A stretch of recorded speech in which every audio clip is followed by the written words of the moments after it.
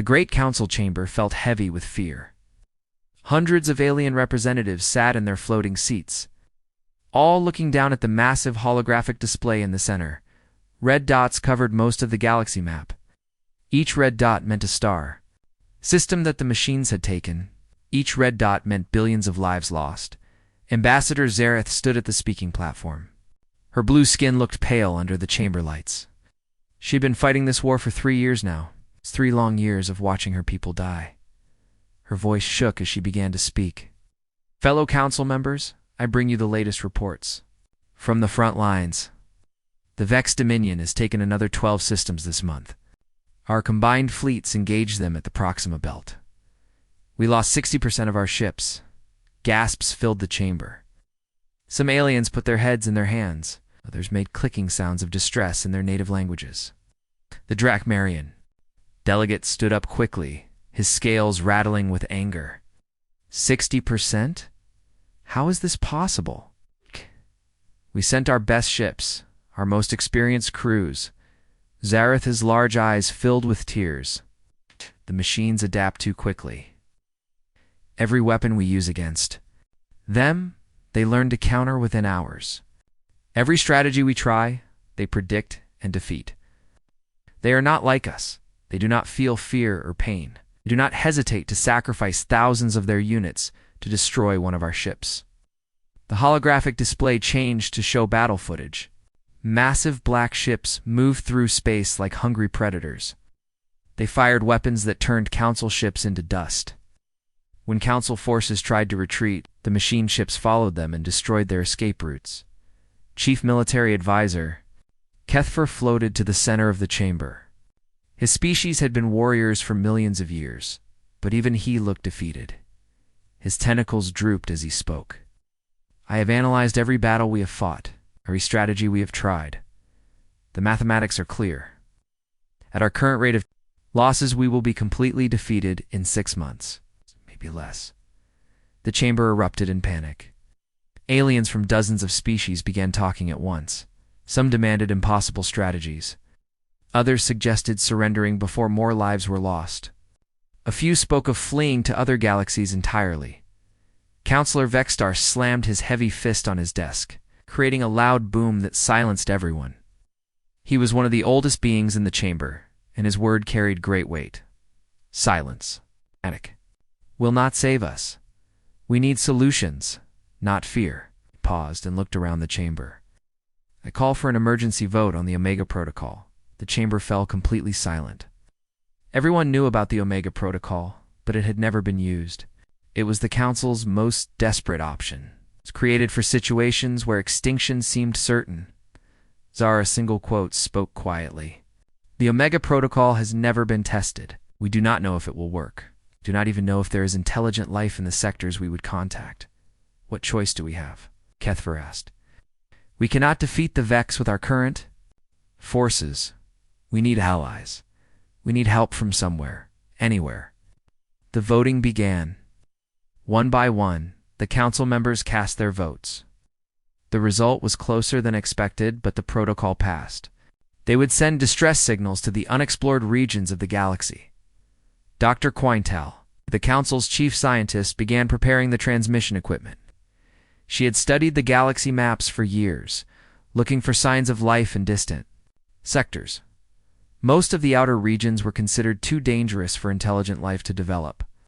I am targeting Sector 7G, she announced.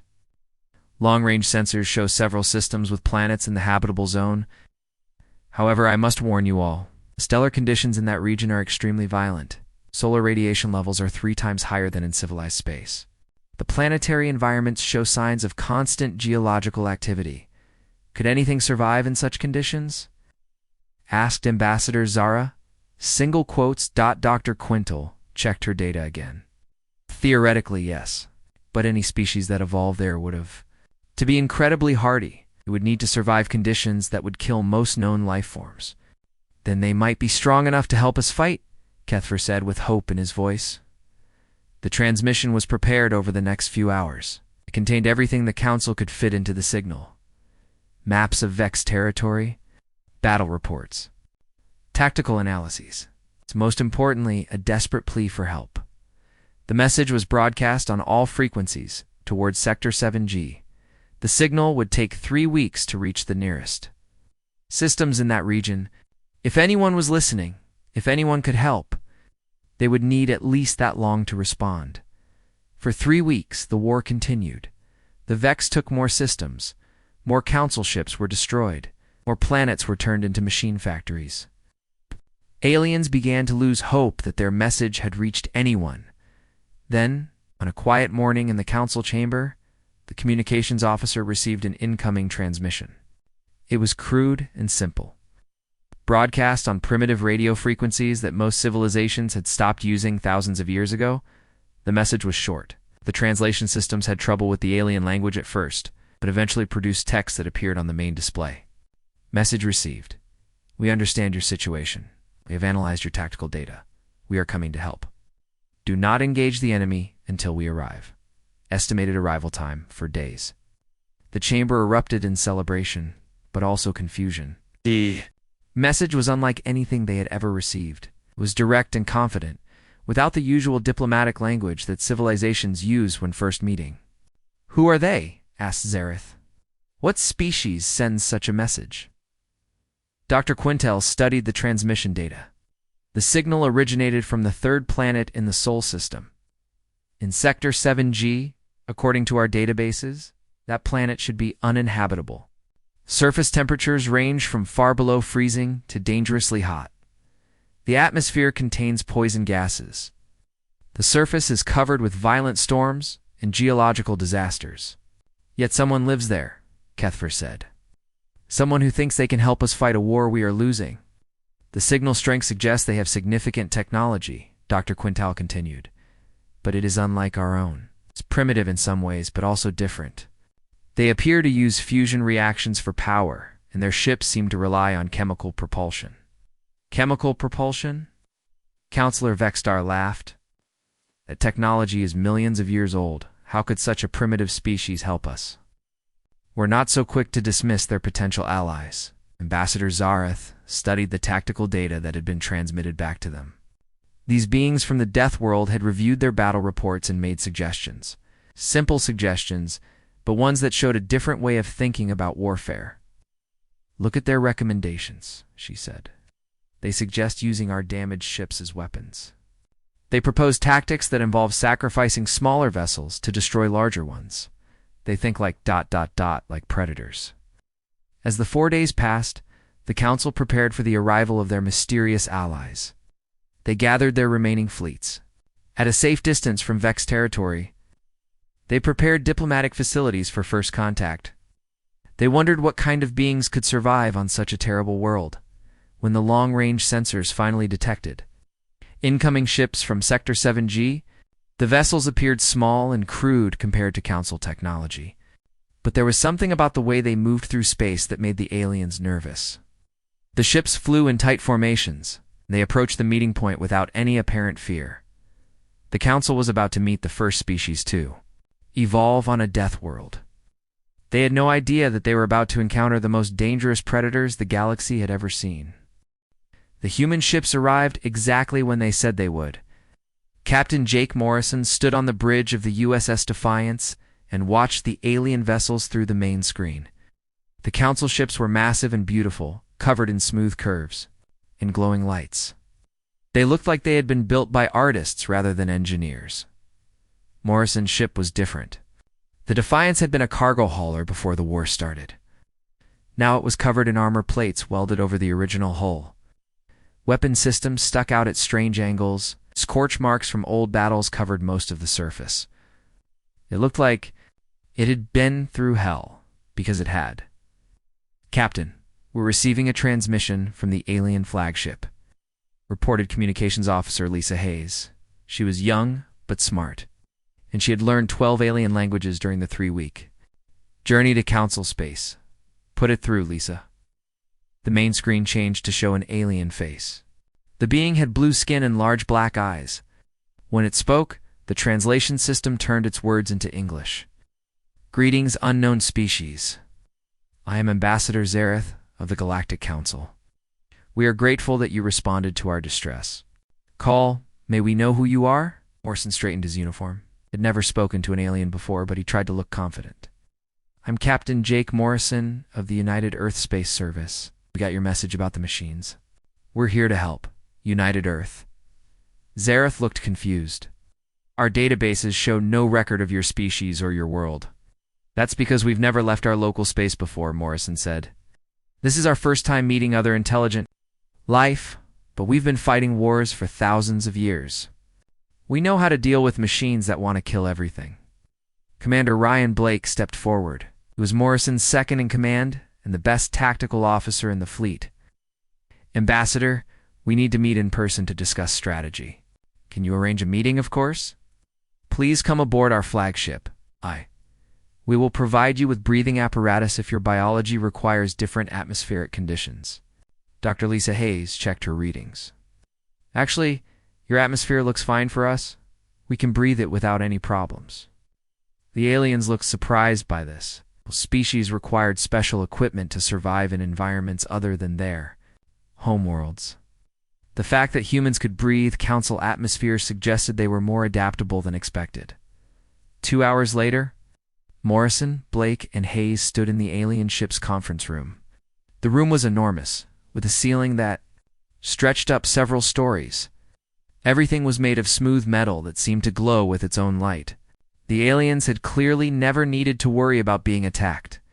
Counselor Vexstar greeted them personally. He was larger than the other aliens, with gray skin and 4 arms. When he spoke, his voice was deep and rumbling. Welcome to Council. Space, humans. We hope you can help us in our desperate situation. Before we talk strategy, Blake said, we need to understand what we're dealing with. Tell us about these machines. Dr. Quintal, the Council's chief scientist, activated a holographic display. It showed the Vex ships in detail. The machines were sleek and black with weapon systems that could destroy entire fleets. The Vex Dominion appeared 5 years ago from beyond the galactic rim, she explained. They are entirely artificial, no biological components at all. They adapt to our weapons within hours of first contact. They seem to learn from every battle. Hayes studied the display carefully. How do they communicate with each other? They appear to share information instantly across their entire network. When one Vex unit learns something, they all learn it. Immediately, Morrison frowned. That's a problem, but it's also a weakness. If they're all connected, then disrupting their network should confuse them. We have tried electromagnetic pulse weapons, Kethfer said. They adapt their shielding too quickly. EMP weapons are just one option, Blake said. There are other ways to disrupt electronics. Have you tried kinetic impacts? Physical destruction? The aliens looked confused. Kinetic impacts? Throwing rocks at them really fast, Morrison explained. Sometimes the simplest weapons work best. Dr. Quintal's eyes widened. You mean deliberately ramming your ships into theirs? If necessary, yes. A ship moving at high speed carries a lot of energy. That energy has to go somewhere when it hits something. The aliens were shocked by this idea. Their cultures preserving life was the highest priority.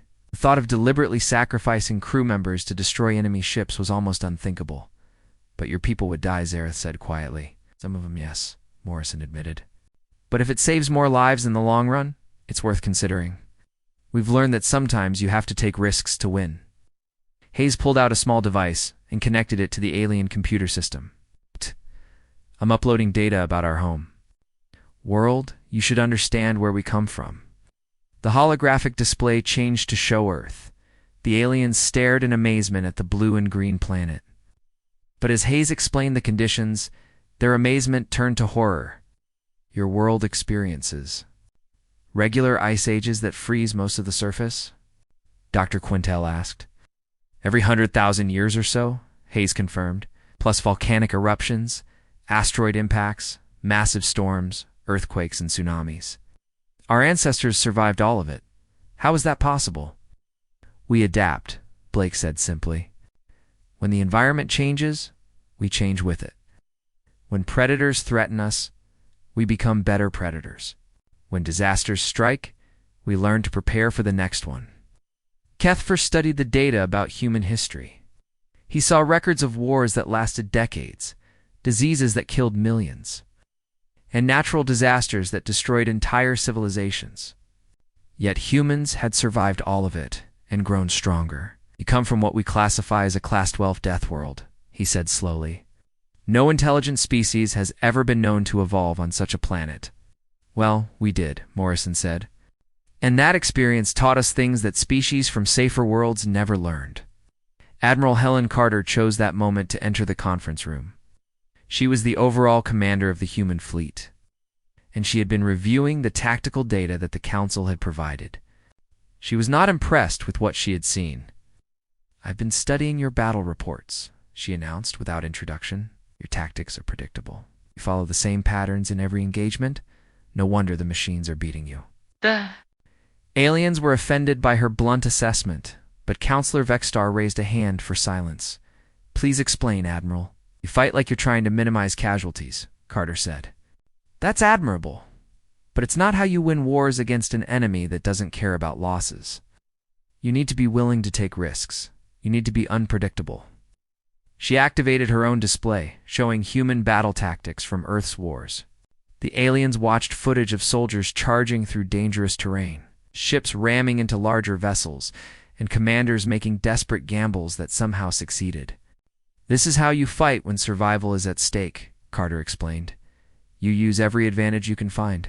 You turn your weaknesses into strengths. You never let the enemy know what you're going to do next." "These tactics seem violent," Zareth said carefully. "Violence is sometimes necessary," Carter replied. "We didn't choose to be this way. Our world made us this way. But now that we're here, we can use what we learned to help you." The meeting continued for several more hours, the humans explained. Their ideas for fighting the Vex, the aliens shared detailed information about machine capabilities and past battles. Slowly, a plan began to take shape. As the meeting ended, Dr. Quintel pulled Hayes aside. "May I ask you something personal?" "Sure. Are all humans like you, willing to fight such dangerous battles?" Hayes smiled.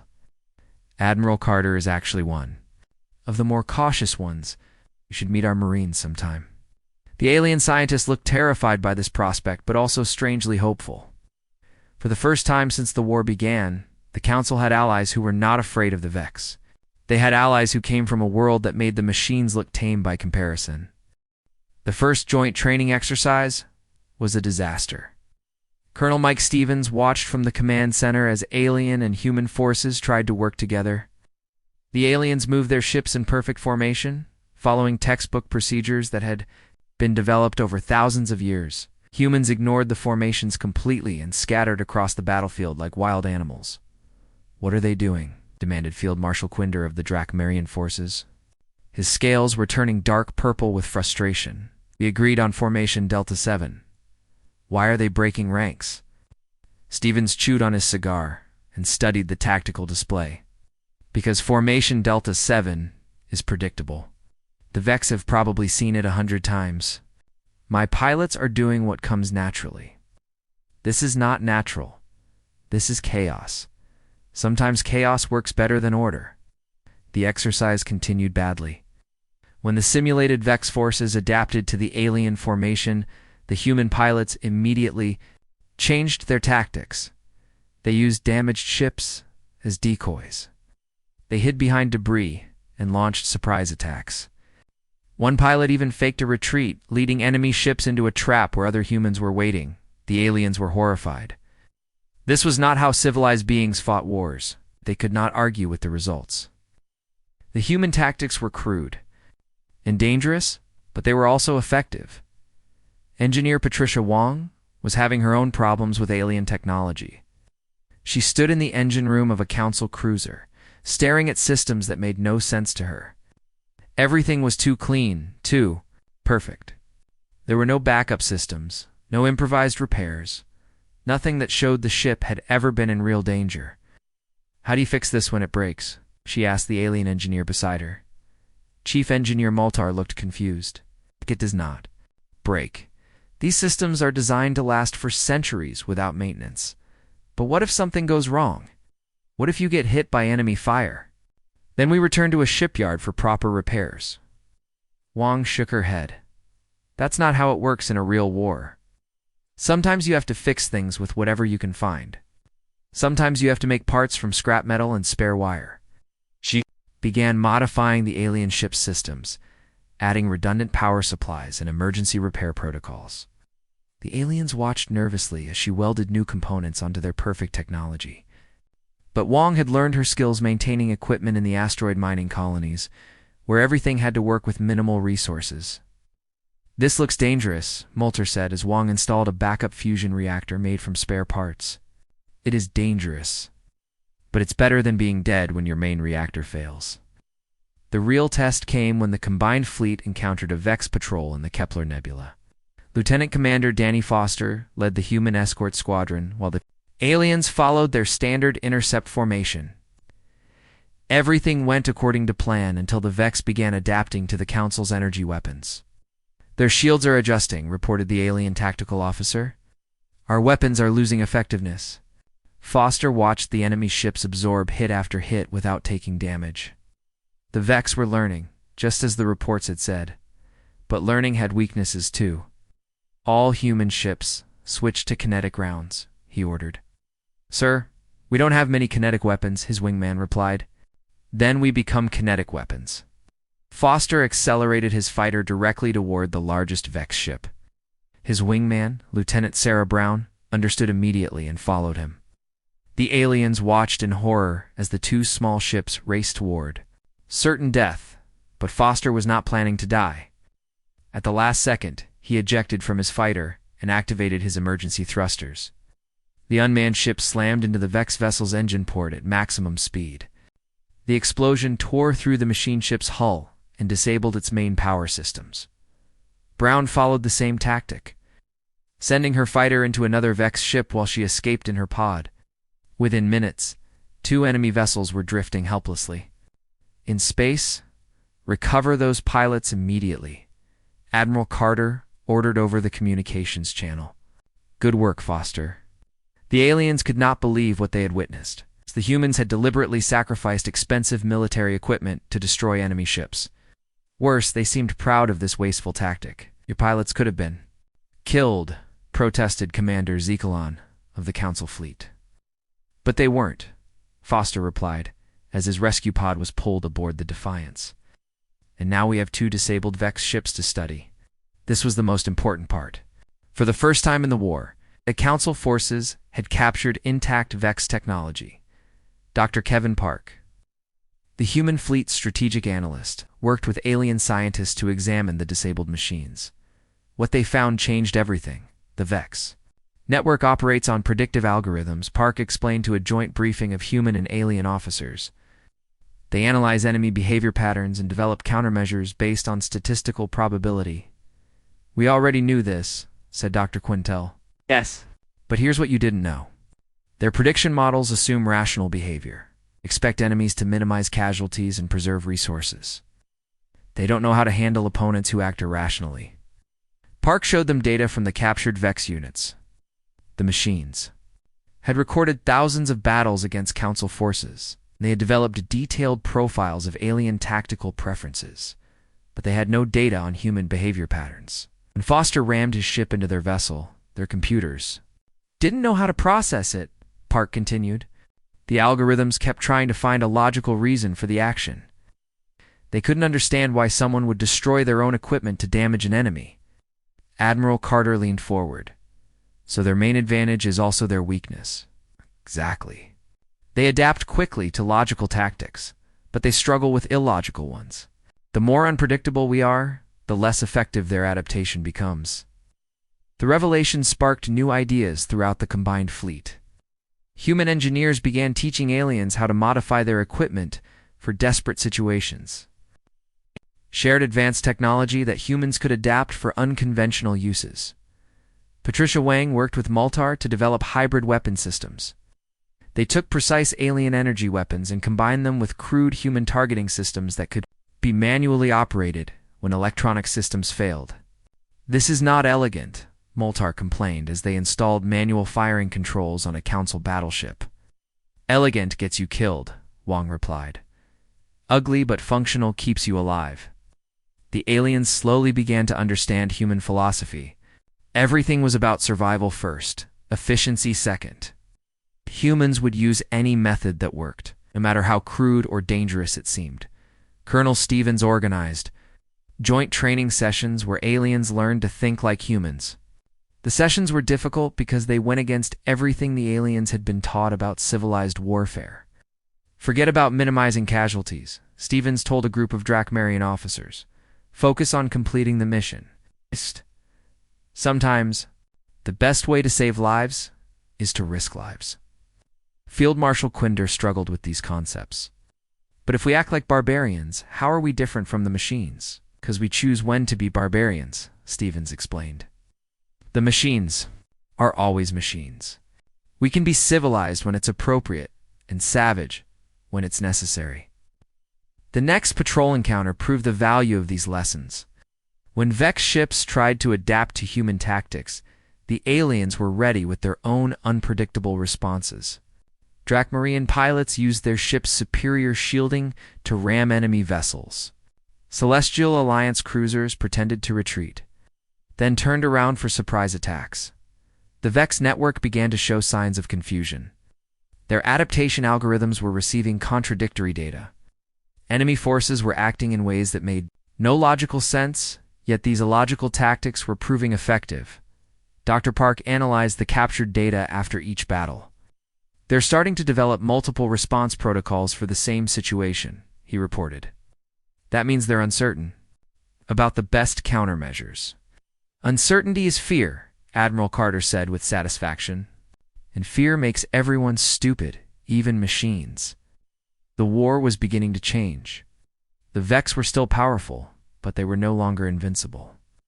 For the first time since the conflict began, Council forces were winning battles instead of just surviving them. The aliens were learning to fight like humans. More importantly, they were learning to think like humans. The galaxy was about to discover what happened when civilized species decided to become uncivilized. General Laura Thompson stood before a room full of alien officers from 12 different species. 6 months ago, these beings had never seen a human. Now, they were learning how to fight like humans, and some of them were getting very good at it. Today we practice the most important lesson, Thompson announced. How to turn your weaknesses into weapons. Commander Velkin of the Zephyrian Navy raised his hand. His species looked like tall, thin birds with 4 arms. General, my people are not strong like humans, cannot survive the physical stress of combat. That's exactly why you'll be perfect for this exercise. Thompson replied with a smile. She led the group to a simulation chamber where holographic asteroids floated in artificial space.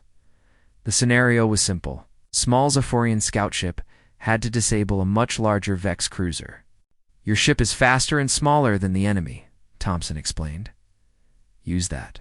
Don't try to fight the cruiser directly. I could fight your kind of battle instead. Valken entered the simulator nervously. His virtual ship appeared tiny next to the massive Vex vessel.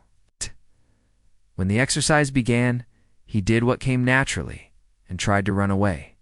The Vex ship easily caught up with him.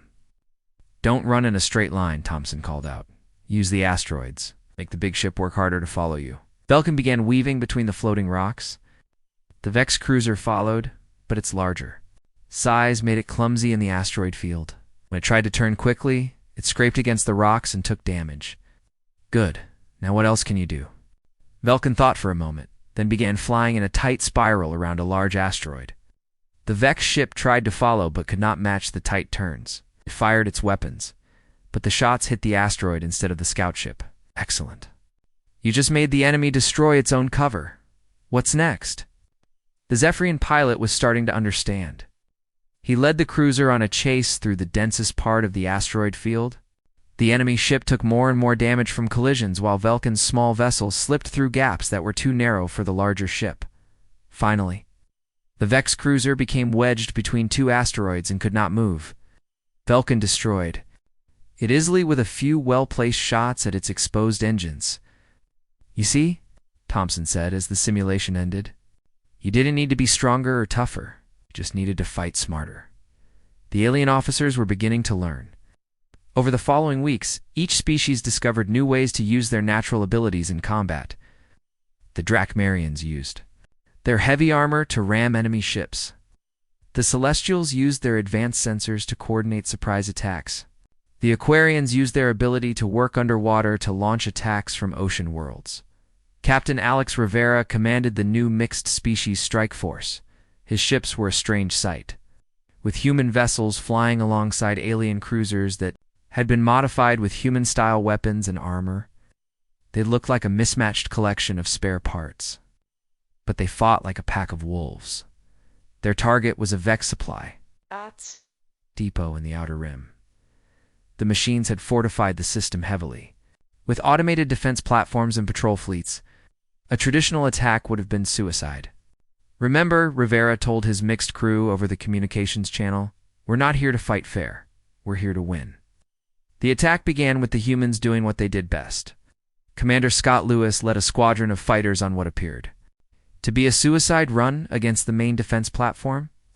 The Vex defenders focused all their attention on stopping the human attack. While the machines were distracted, Zephyrian scouts slipped through the outer defenses undetected. They planted explosive charges on the supply ships that were waiting to be loaded. Meanwhile, Drakmarian heavy cruisers approached from the system's asteroid belt. Hidden among the rocks, the Vex defense network detected the cruisers just as the Zephyrian charges exploded. Half the supply fleet disappeared in brilliant flashes of light. The machines tried to respond to both threats at once, but their algorithms could not prioritize targets effectively. Lewis's fighters suddenly changed course and began ramming themselves into the defense platforms. The platform shields were designed to stop energy weapons, not physical impacts.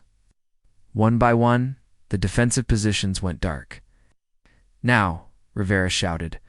The Drakmarine cruisers burst from the asteroid field and opened fire on the confused Vex fleet. At the same time, celestial ships that had been hiding on the far side of the system's star appeared and attacked from the opposite direction.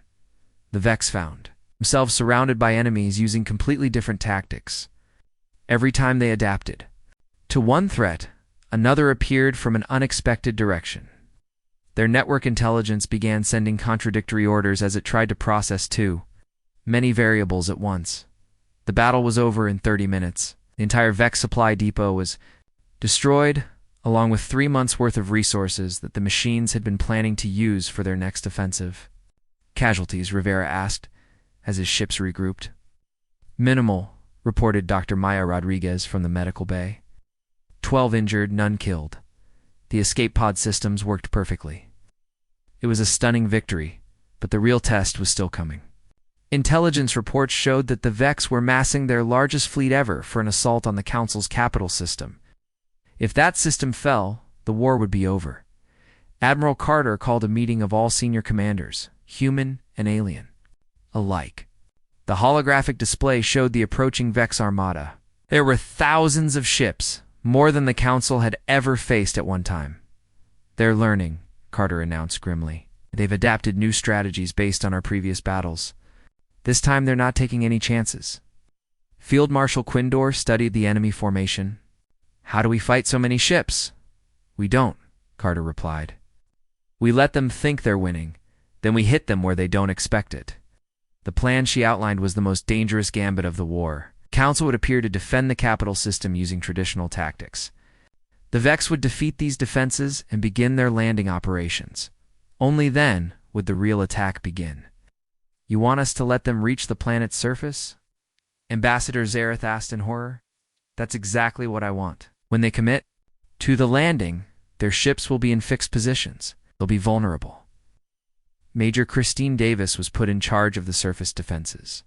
Her job was to hide weapon systems in the planet's debris field and wait for the perfect moment to strike. It meant staying hidden while enemy forces bombarded the cities above her head. "I don't like this plan," she told Carter privately. "Neither do one," Carter admitted. "But it's the only way to win. The Vex expect us to defend the planet.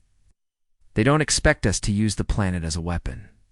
The Vex fleet arrived exactly as predicted. They deployed in standard formation and began their assault on the orbital defenses. The Council ships fought bravely but were gradually pushed back, just as Carter had planned. The aliens watching the battle thought they were witnessing the end of their civilization. Vex landing craft broke through the atmosphere and began deploying troops on the capital world's surface.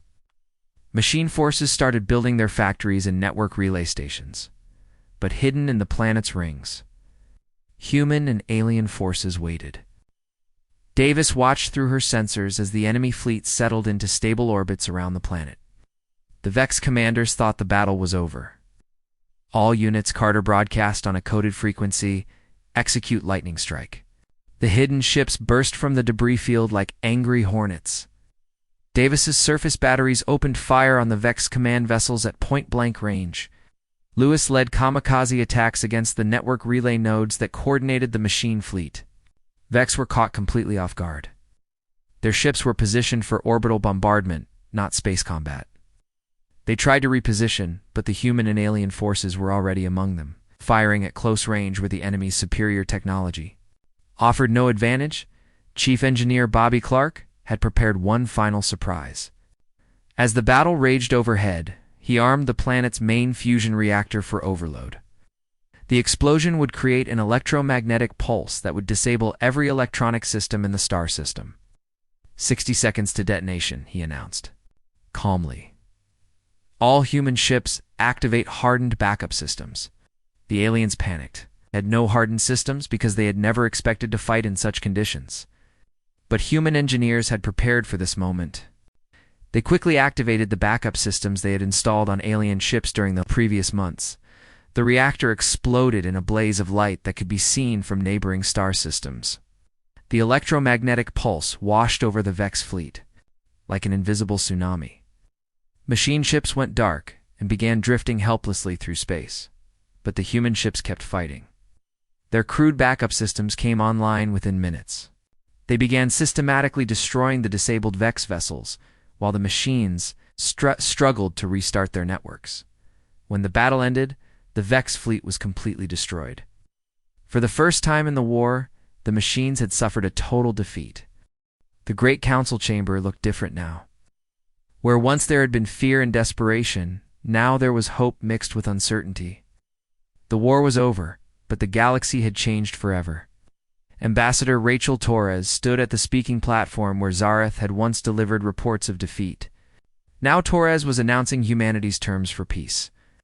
The human fleet will remain in council space for 1 standard year, she said calmly. During this time, we will help you rebuild your defenses and train your forces in new tactical methods. After that, we will return to our home sector, but we will maintain communication channels.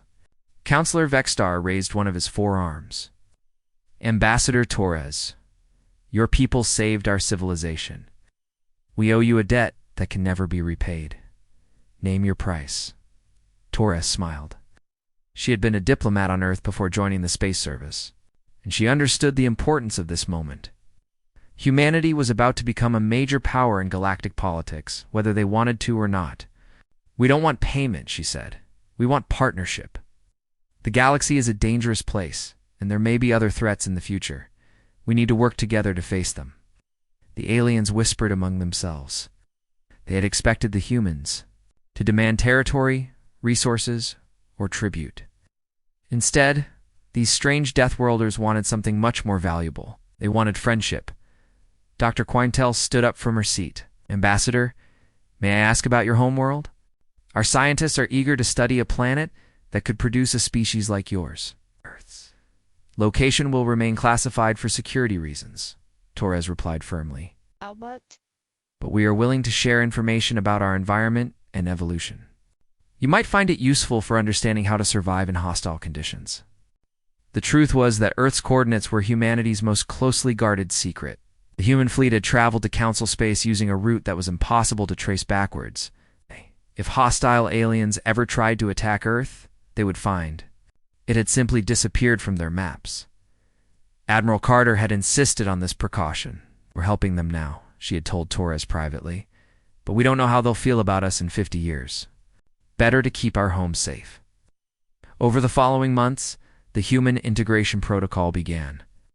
Selected aliens were invited to train with human forces, learning the skills that had won the war. The program was voluntary, but the waiting list was enormous. Commander Velkin was one of the first graduates. The Zephyrian pilot had become an expert at using his ship's speed and agility to defeat larger opponents. He now commanded a mixed squadron of Zephyrian and human vessels that patrolled the former Vex territories. Wow. The humans taught me something important, he told his fellow pilots. Your weaknesses are only weaknesses if you think they are. Everything can be turned into a strength if you use it correctly. Field Marshal Quinder had been more difficult to train. The Drakmarian warrior had spent centuries learning traditional tactics, and changing his mindset was painful. But eventually he understood the human way of thinking. War is not about honor, he announced to his officers during a strategy meeting. War is about survival. Everything else is luxury. The aliens who adapted best to human methods were those from harsh worlds themselves. Species that had evolved in dangerous environments understood the need for flexibility and quick thinking. They learned to improvise solutions and take calculated risks. But some aliens could never adapt. The ethereal collective beings of pure energy, who had never experienced physical danger, found human tactics incomprehensible. They withdrew from the program and returned to their peaceful worlds, hoping never to face combat again. Dr. Margaret Foster became the Council's new chief science advisor. The former human engineer worked with alien scientists to combine the best of both technologies. The results were remarkable.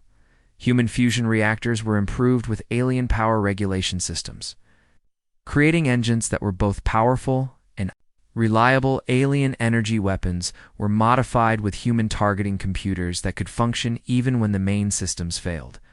Most importantly, they developed new communication networks that could not be disrupted by electromagnetic pulses. The lesson of the war was that any system could fail, so backup systems were essential. Redundancy is survival. Foster explained to her mixed staff of human and alien engineers. Something can break, assume it will break at the worst possible moment. The Vex Dominion had not been completely destroyed. Intelligence reports showed that machine forces still controlled systems beyond the galactic rim. The surviving Vex had retreated to their core territories and were rebuilding their fleets. But now they had a problem. Their central databases contained detailed records of human tactics and capabilities. Every Vex unit knew that these strange organic beings were willing to sacrifice themselves to achieve victory. The machine's prediction algorithms had been updated to account for irrational behavior. Captain Morrison received new orders 6 months after the Great Victory.